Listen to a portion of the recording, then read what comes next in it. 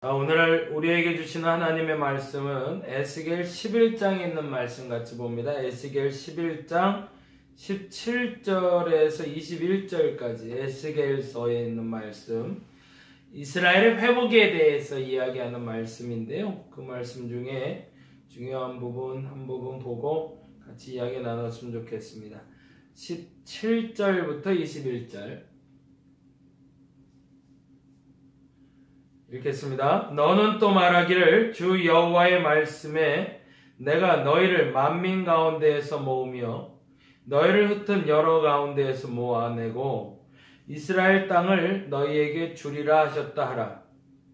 그들이 그리로 가서 그 가운데의 모든 미운 물건과 모든 가증한 것을 제거하여 버릴지라. 내가 그들에게 한 마음을 주고 그 속에 새 영을 주며 그 몸에서 돌 같은 마음을 제거하고 살처럼 부드러운 마음을 주어 내 율례를 따르며 내 규례를 지켜 행하게 하리니 그들은 내 백성이 되고 나는 그들의 하나님이 되리라. 그러나 미운 것과 가증한 것을 마음으로 따르는 자는 내가 그 행위대로 그 머리에 갚으리라. 나 주 여호와의 말이니라. 아멘. 아멘. 에스겔서를 보기 시작했어요. 에스겔서를 시작하면서 제가 목요일날 새벽에 말씀드렸는데 크게 세 가지는 꼭 기억해야 된다 라고 말하는 게 있었습니다. 새벽에 나오신 분들은 기억이 나실 거고 오늘 나오신 분들은 제가 좀 설명을 해야 되는데, 첫째는 뭐냐면요, 예언서들 가운데 아주 특별하게 수많은 예언서가 성경에 있는데 그 예언서 중에 특별하게 에스겔은 영적인 이야기, 신비한 이야기, 환상에 대한 이야기가 많아요. 제가 예언서를 이야기하면서 크게 세 가지를 얘기했었어요. 본 것, 들은 것, 깨달은 것을 잘 유념해야 된다. 그래서 본 것이 있고 들은 것이 있고 깨달은 것으로 예언서가 기록이 됐다. 그래서 거기에 대해서 가장 잘 표현한 것이 예레미야였다라고 말씀을 드렸고, 이사야는 좀 정제된 언어로 말했다면 예레미야는 그 감정의 언어를 충실하게 본 것과 들은 것과 깨달은 것을 설명했다면, 에스겔서는 약간 이런 표현이 맞을지 모르겠지만 날카로워요. 정제되지 않은 영적인 언어들이 나옵니다.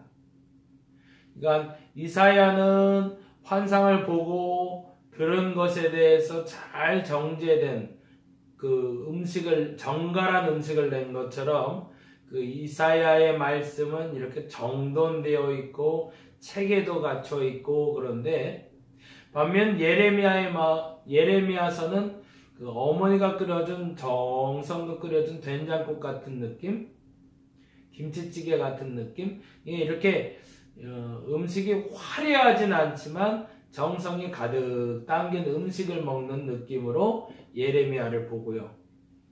이사야는 아주 한정식이 잘 차려진, 잘 정돈된 음식을 먹는 느낌으로 예언서를 본다면, 이 에스겔서는 나름식을 먹는다 그럴까요? 이게 생식을 하듯이 양배추 잘라 먹고 무 잘라서 먹고 이런 것처럼 아주 신선도는 좋지만, 그러나 이렇게 정제되지 않고 어찌 보면 좀 정갈하지 않은, 그런데 아주 싱싱한 생동감 있는 음식을 먹는 것 같은 그러한 느낌으로 보는 게 바로 에스겔서입니다. 그래서 여기서 보고 듣고 깨달은 것에 대해서 성경이 기록이 되는데, 이 본 것에 많이 치중되어 있고 들은 것에 많이 치중되어 있는 예언서가 바로 에스겔이에요. 다시 설명드릴게요. 이제 성경을 보는 눈이 열려야 되니까 그래요. 이사야서는 아까 뭐라고 했죠? 한정식. 그러니까 이건 반찬, 이건 국거리, 그것도 세트 메뉴가 잘 순서대로 잘 나오는 그런 한정식 집에 온 것처럼 깨끗하고 정갈하고 정제된 음식이 나오는 게 이사야서라면, 예레미야서는 조금 투박하지만 그러나 정성이 담긴 된장찌개, 김치찌개 먹는 느낌으로 읽는 예언서라면, 에스겔은 어떻게 해요? 생식하듯이 이렇게 날카로운 칼로 아주 이렇게 물을 척척척척 썰어서, 아니면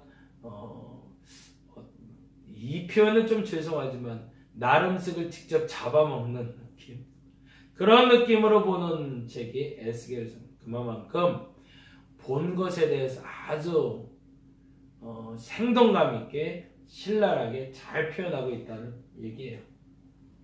그래서 에스겔서를 보면 이 환상에 대한 기대, 그리고 보여지는 것들에 대해서 우리가 궁금증을 많이 갖게 합니다. 근데 제가 이 말씀을 드리는 가장 큰 이유는, 에스겔서는, 그래서 목요일날 그 얘기 드렸는데 한번 여러분이 적어놔 주세요. 영적인 것에 집착하지 말고, 적어놔 보세요. 영적인 것에 집착하지 말고 하나님의 구원을 보라. 그렇지 않으면 에스겔서를 잘못 읽게 됩니다. 다시요. 영적인 것에 집착하지 말고 하나님의 구원을 보라. 소명이 있고요, 사명이 있어요. 이 소명을 받는 건 매우 영적인 일이라면, 사명을 행하는 건 매우 육적으로 보이는 일입니다. 똑같이 영적인 일인데, 이 소명은 특별한 은혜 가운데 주시는 하나님의 선물이에요. 그래서 내가 하나님께 택함 받았다, 하나님을 만났다, 하나님의 음성을 들었다, 하나님의 뜻을 깨달았다 라고 말할 때 그것을 우리는 소명받았다 라고 얘기해요. 사실은 거기에 소명이 들어가요. 근데 이 소명은 매우 영적인 경험입니다. 환상을 보기도 하고요, 음성을 듣기도 하고요, 때로는 기이한 일을 경험하기도 합니다. 생각지도 않은 여러 가지 사건들을 경험하는 걸 우리는 소명받았다라고 표현을 해요. 어느 분의 페북이라는 SNS에 그런 글을 올렸어요. 어느 날 꿈에 갑자기 목사님이 나타나시고 아버지가 나타나셔서 빨리 일어나! 그랬대요. 빨리 일어나! 그래서 엉겹결에 갑자기 딱 일어났는데 가습기에 물이 넘쳐서 전원 코드에 들어갈 뻔할 때였대요. 그래서 급히 일어나서 가습기를 끄고 옆으로 옮겨서 화재가 나지 않았다고. 목사님이 올린 글인데, 그래서 그렇게 얘기하시더라고요. 아유, 그 꿈에 내가 나타나서 참 감사하다고. 때로는 우리가 상상하지 못하는 경험을 통해서 하나님 우리를 찾아오십니다. 그리고 우연을 가정한 특별한 은혜를 통해서 나를 택하시는 소명을 경험할 때가 있어요. 근데 그렇게 소명받았다고, 그렇게 은혜 받았다고 거기에만 집착하면 이도저도 아니에요. 소명을 받았다면 그 소명대로 살아갈 수 있는 사명을 감당할 수 있어야 돼요. 그래서 이 사명은요, 멀리 있는 영적인 얘기들이 아니라 실제적인 우리 삶 속의 이야기가 됩니다. 그래서 이 사명을 감당하기 위해서 우리에게 필요한 요소들을 공급받게 되는데, 그 공급하는 방법은 철저하게 하나님의 방법으로 공급을 해주세요. 그래서 이 에스겔서를 볼 때는 첫째는 하나님께 소명받고 하나님의 뜻을 분별하는 영적인 것들도 보게 되지만, 거기에 집착하지 말고 거기서 빨리 빠져나와서 그 영적인 경험을 통해서 하나님이 에스겔을 준비하시며 이스라엘 백성들에게 하고 싶었던 얘기를 듣는 것이 에스겔서의 목적이어야 됩니다. 그러니까 소명에 너무 집착하지 말고, 환상에, 하나님의 음성에 너무 집중하지 말고, 그 음성과 그 보여진 것으로 말미암아 이루고자 하는 하나님의 뜻이 뭔가에 집중해야 에스겔을 진짜 볼 수 있다는 얘기예요. 이해가 되시죠? 제가 예언서를 볼 때마다 이해가 되시죠? 라는 단어를 많이 쓰는데 그것도 죄송해요. 그만큼 제 언변이 조금 부족해서 그럴 수도 있지만 여러분이 좀 익숙하게 잘 설명되어졌으면 좋겠다는 바람에서 최대한 쉽게 설명하는데 하여튼 잘 들어주세요. 첫 번째 기억해야 될 건 뭐라고요? 영적인 것에 너무 집착하지 말고 육적인, 정확히는 영적인 일에 집착하지 말고 하나님의 구원을 보라. 그게 첫 번째. 두 번째는 그 하나님의 일을 볼 때 하나님의 구원 사역은 하나님이 주권자시다 라는 거예요. 자칫 에스겔처럼 영적인 사람이 주인공이 될 수가 있습니다. 근데 그건 아니라는 거예요. 그게 두 번째로 꼭 기억해야 될 부분입니다. 첫 번째는 영적인 일에 너무 집착하지 말고 하나님의 구원을 보는 것. 두 번째는 그러나 그 일을 행하는 자가 하나님임을 잊지 말라. 근데 그 하나님이 우리 인생에 개입하신다. 우리 인생에 개입하신 하나님을 기억하라. 이게 두 번째. 첫 번째는 뭐요? 영적인 일에 너무 집착하지 말고 하나님의 구원을 보라. 두 번째, 그 일을 이루시는 주권자 하나님을 보라. 기억하시죠? 그리고 마지막 세 번째는 그럼에도 불구하고 변하지 않는다고 실망하지 말라. 생각보다 복음 전하는 게 그렇게 녹록지가 않아요. 그러니까 전도하는 게 만만치 않죠. 저희가 이제 3년 됐어요. 다음 주면 이제 3주년 기념 예배 드릴 거고, 정확히 날짜로는 다다음 날 11월 8일 날이 우리 창립 기념 주일이 됩니다. 창립 기념일이 됩니다. 창립 기념 주일은 11월 둘째 주에 지킬 거고요.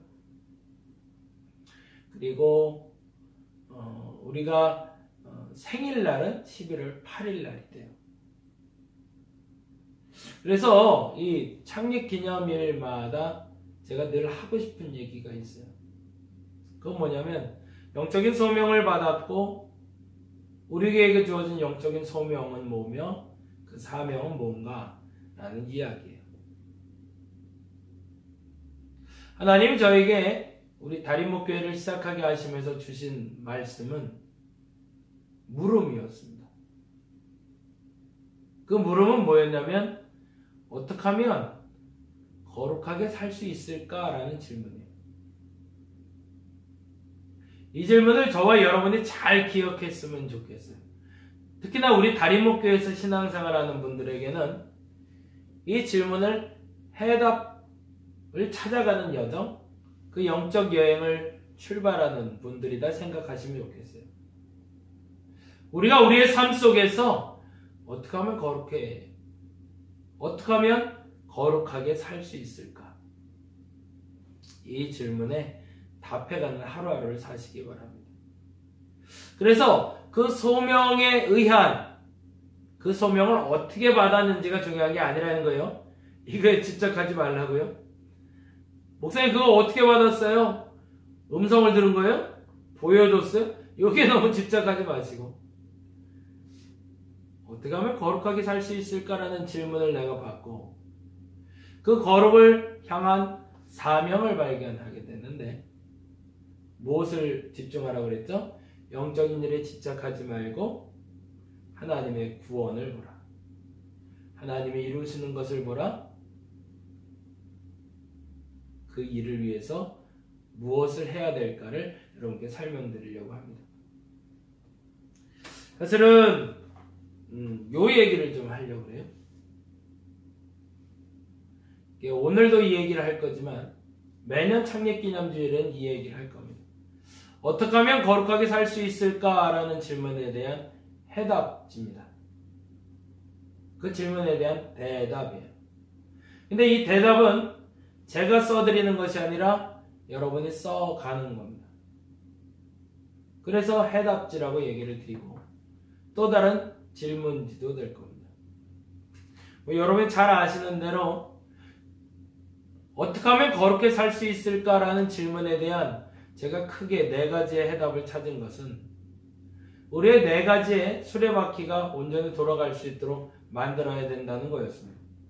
그 4가지는 말씀과 기도와 예배와 전도였습니다.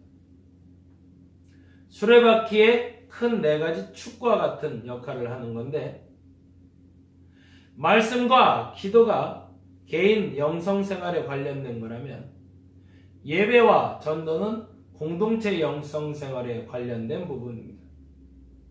잘 기억하세요. 그래서 오늘 제가 이 얘기를 간략히 드리고 그리고 다음 주에는 우리 김미연 집사님 오셔서 찬양 집회 할 거고요. 그리고 11월 18일부터 4주 동안은 말씀에 대해서, 기도에 대해서, 그리고 예배에 대해서, 전도에 대해서 한 번 더 되짚어보고 우리의 기초 세우는 연습을 좀 시켜드리려고 그래요. 이 책은 오늘 다 가져가시고요. 한 달에 한 번씩 사용하고 있는데 우리 지금 벌써 사용하시는 분들도 있고 지속적으로 사용하실 수 있도록 이제는 재본을 해서 만들어 놨으니까요. 잘 활용하셔서 여러분의 거룩에 이르는 습관이 나타날 수 있도록 그 계기와 동기가 되기를 바랍니다. 먼저 말씀과 기도에 대해서 간단히 먼저 말씀드리면 우리가 말씀 생활과 기도 생활을 통해서 하나님을 경험할 수가 있습니다. 근데 혹자들은 하나님을 경험하기 위해서 기도만 하는 분들이 있거나 혹자들은 말씀만 보는 분들이 있어요. 그래서 우리는 쉽게 그렇게 표현을 해요. 기도만 하면 감성이 키워지고 말씀만 보면 머리만 키워진다고 표현을 합니다. 그건 무슨 말일까요? 건강하지 않다는 얘기예요. 진짜 내 안에 건강을 위해서는 감정도 이성도 같이 커야 되거든요.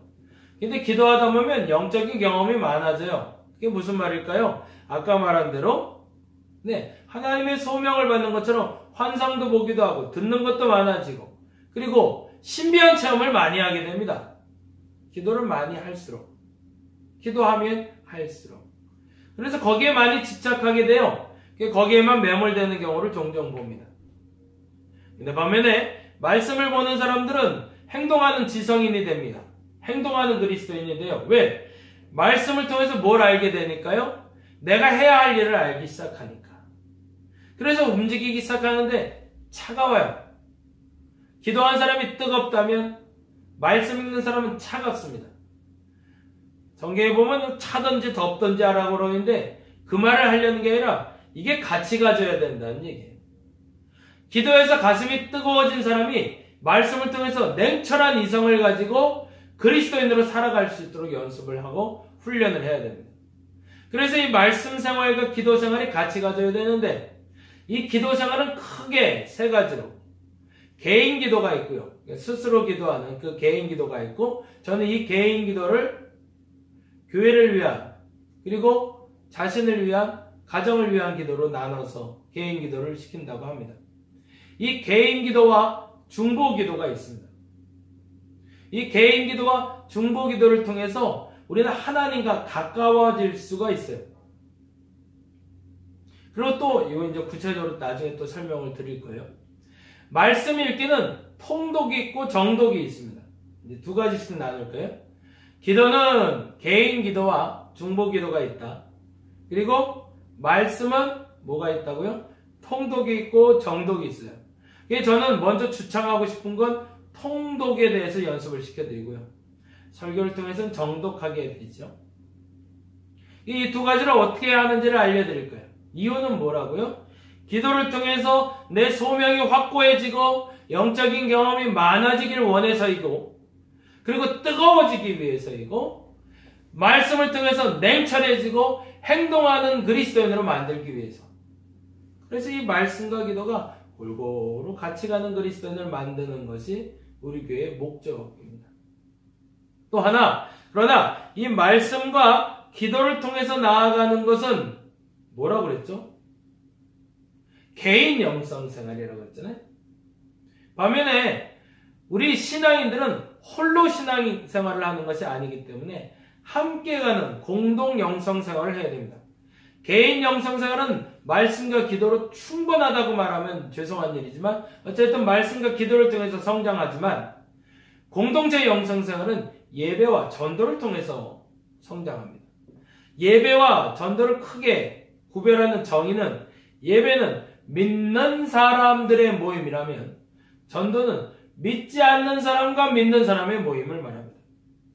예배를 통해서는 그리스도인답게 말하는 법을 배우고 그리스도인답게 모임을 구성하는 법을 배우고 그리스도인답게 살아가는 법을 배우는 것이 바로 예배 공동체입니다. 우리 주일 예배가 그러하고 새벽 예배가 그러하고 수요 2시간 집중기도회가 그러합니다. 그걸 우리는 그리스도인들의 모임, 믿는 사람들의 모임이라고 부르고요. 전도는 그렇게 믿는 사람들이 그 믿음에 대해서 믿지 않는 사람들에게 전달하는 그 공동체를 우리는 전도라고 부르기로 합니다. 근데 이 전도라는 말에는 한 가지의 더 덤으로 붙는 말이 있는데 전도는 그 관계 전도가 있고 노방 전도가 있다고 얘기해요. 뭐 여러 가지 전도법이 있지만 보편적으로 그렇게들 표현해요. 그래서 이제 노방 전도의 시대가 끝났고 관계 전도의 시대다.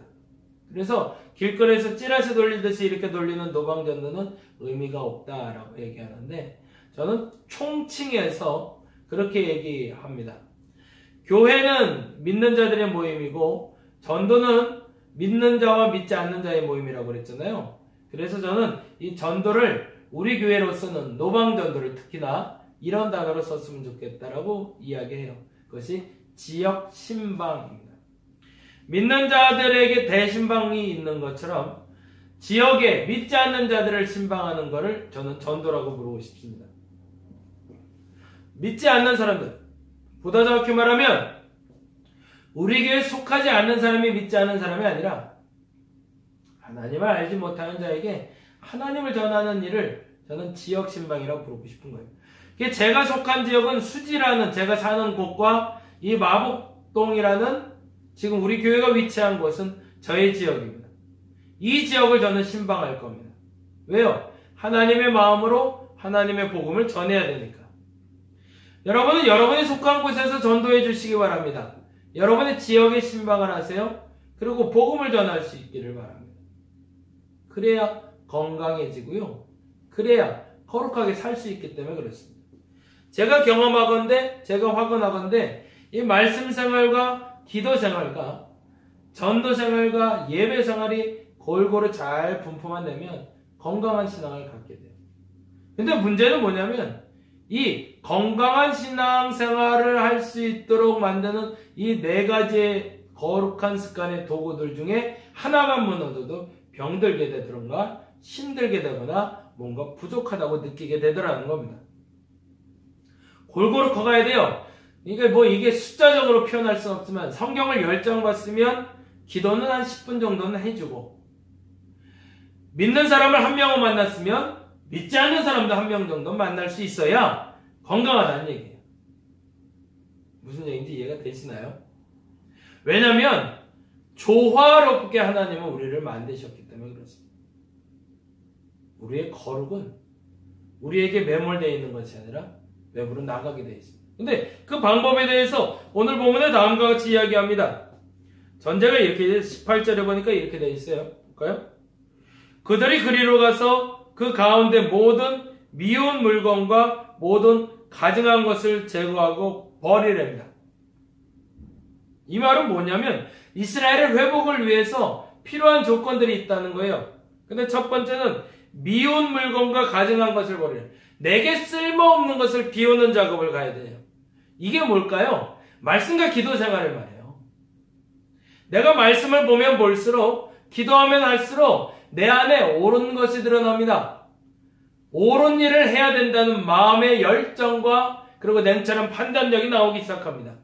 그래서 첫 번째 하는 일은 뭐냐면 내게 미운 것, 갖지 말아야 될 것, 해야 하지 않는 일들을 지우게 되더라는 거예요. 그게 지금 말씀드리는 18절입니다. 미운 물건과 가증한 것을 버리게 될 겁니다. 그러면 어떤 일이 벌어지냐면 19절에 내가 그들에게 한 마음을 두고 그 속에 새 영을 두며 그 몸에서 돌 같은 마음을 제거하고 살처럼 부드러운 마음을 주게 될 겁니다. 재미난 것은 내가 말씀 생활과 기도 생활을 통해서 만들어지는 것은 내가 옳은 것을 하고 싶기 때문에 미운 물건과 가증한 것을 버리게 되고, 내가 그것을 버리는 동안 하나님은 어떤 일을 하신다? 내 안의 마음을 새롭게 하셔서 돌같이 굳어있는 마음을 부드러운 마음으로 바꿔주신다는 겁니다. 그리고 나서 이런 일을 행하게 된다는데 그게 바로 20절입니다. 내 율례를 따르며 내 규례를 지켜 행하게 하리니 그들은 내 백성이 되고 나는 그들의 하나님이 될 거래요. 그건 무슨 말일까요? 지금 말하는 예배와 전도 생활을 하게 된다는 거죠. 하나님의 율례와 규례를 지켜 행하는 것이 예배죠. 왜? 하나님의 법대로 사람을 만나는 법을 배워가는 거고 그렇게 만나는 거니까. 근데 그 일을 통해서 그들이 나의 백성이 된 것을, 그리고 하나님이 나의 하나님이 된 것을 세상에 알게 될 거라는 거예요. 그게 전도가 되는 거죠. 저와 여러분에게 말씀과 기도 생활을 통해서 여러분이 제할 것을 제하여 버리고 여러분이 취해야 될 것을 취할 수 있는 마음을 시작할 수 있는 오늘 첫날이 되시길 바랍니다. 오늘부터 말씀 읽기 다시 시작하셔도 좋고, 제가 말씀에 대해서 설명드린 후에 다시 하셔도 상관없습니다. 천천히 다시 시작하시는데 매일 꾸준히 반복적으로. 그런데 중요한 건 말씀과 기도가 같이 가야 온전히 버릴 수 있고 온전히 채울 수 있습니다. 두 번째, 그렇게 되면 하나님이 여러분의 마음을 바꿔주실 겁니다. 돌 같은 마음을 부드럽게 하셔서 하나님의 법을 깨닫게 해주실 겁니다. 그리고 예배 공동체를 통해서 그 법을 세워가실 겁니다. 그리고 이렇게 사는 것이 맞구나 이걸 스스로의 본을 통해서 서로의 본을 보여주게 되실 겁니다. 그리고 그 삶을 통해서 세상은 여러분에게 증언해 줄 겁니다. 저가 그리스도인이라, 저가 하나님의 사람이라고 말하게 될 겁니다. 그게 진짜 전도입니다.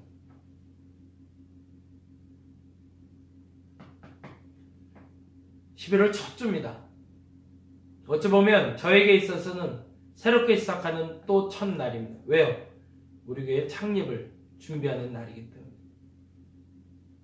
어떻게 하면 거룩하게 살 수 있을까? 이 질문에 대한 분명한 정답을 여러분께 드립니다. 이 정답지를 여러분이 채워가 주시기 바랍니다. 여기에는 말씀과 기도와 예배와 전도에 대한 여러분의 행동, 지침이 담기게 될 겁니다. 공난인데 이 공난을 여러분이 채워가며 여러분이 진짜 예배자로, 진짜 기도자로, 진짜 말씀을 아는 자로, 진짜 하나님의 사람으로 거듭남을 보게 될 겁니다. 하루아침에 안 될 겁니다. 그러나 시간이 하나님께 허락된다면, 하나님이 여러분에게 시간을 허락하신다면 이 거룩한 습관을 통해서 거룩한 그리스도인으로 여러분이 거듭나게 되실 겁니다. 저는 그 사실을 믿습니다. 중요한 건 균형 잡힌 신앙으로 꾸준히 지속하는 자에게 하나님 그 복을 주시고 그 시작을 열 수 있는 저와 여러분이 되기를 간절히 바랍니다. 기도하겠습니다.